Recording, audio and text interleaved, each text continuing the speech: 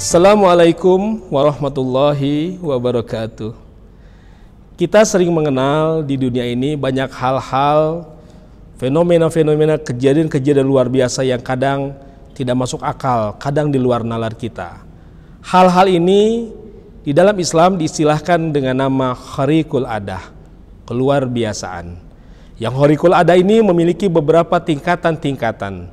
Tingkatan pertama, khariqul adah, keluar biasaan, keajaiban yang terjadi pada diri para nabi, itu disebut atau dikenal dengan nama mukjizat. Ada lagi level yang kedua, tingkatan yang kedua, khariqul adah, keluar biasaan yang terjadi pada para kekasih Allah, para wali-wali Allah, itu kita sebut dengan nama karomah. Ada juga kebiasaan atau keluar biasaan, keajaiban yang terjadi pada diri seorang mukmin awam. Orang-orang beriman kepada Allah tapi belum sampai di level waliullah, maka kita menyebutnya dengan nama ma'unah. Ada lagi keluar biasaan, keajaiban yang terjadi kepada para fasik, orang-orang yang berdosa, orang-orang yang kafir, itulah yang kita kenal dengan nama sihir. Ada lagi yang kelima, keajaiban keluar biasaan yang Allah berikan kepada para hambanya, kepada umatnya, kepada makhluknya, baik dari kalangan kafir maupun dari kalangan yang beriman. Pemberian anugerah yang Allah berikan tanpa nilai hidayah, tanpa bimbingan hidayah. Maka yang mendapatkannya bukan semakin dekat kepada Allah, justru semakin jauh dari Allah. Itu dikenal dengan nama istidraj. Maka pembicaraan kita kali ini akan kita fokuskan pada keluar biasaan, keajaiban yang terjadi pada diri para kekasih Allah, para waliullah yang dikenal dengan nama karomah. Para waliullah adalah para kekasih Allah, orang-orang yang sangat taat kepada Allah, orang yang ahli ibadah, orang yang berjuang membela agama Allah. Oleh karena itu Allah mencintainya, Allah pun ridho kepadanya. Dan mengenai keberadaan seorang wali Allah ini, baginda Nabi besar Muhammad SAW pernah menyampaikan dalam sebuah hadis qudsi bagaimana tentang gambaran seorang waliullah sehingga dia mendapatkan keluar biasaan, keajaiban yang kita sebut dengan karomah tadi.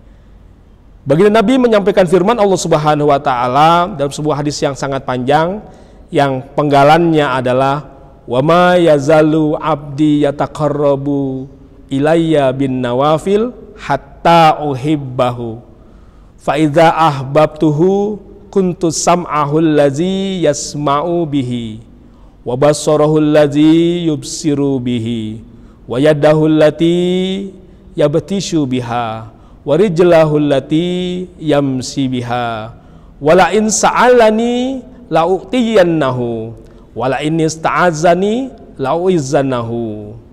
Artinya firman Allah dalam hadis qudsi, dan tidak putusnya hamba-hambaku mendekatiku dengan amalan sunnah bin nawafil hatta uhibahu, sehingga aku mencintainya.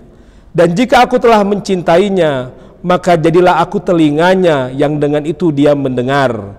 Jadilah aku penglihatannya yang dengan itu dia melihat.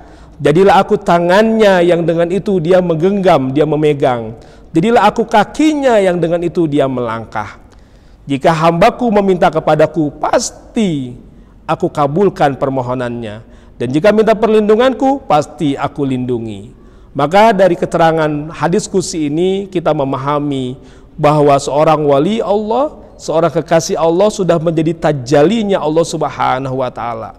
Sudah menjadi bukti keberadaan dan kebesaran Allah Subhanahu wa taala. Allah sudah menjadi pendengarannya, Allah sudah menjadi penglihatannya. Oleh karena itu pendengarannya, penglihatannya bukan lagi penglihatan makhluk.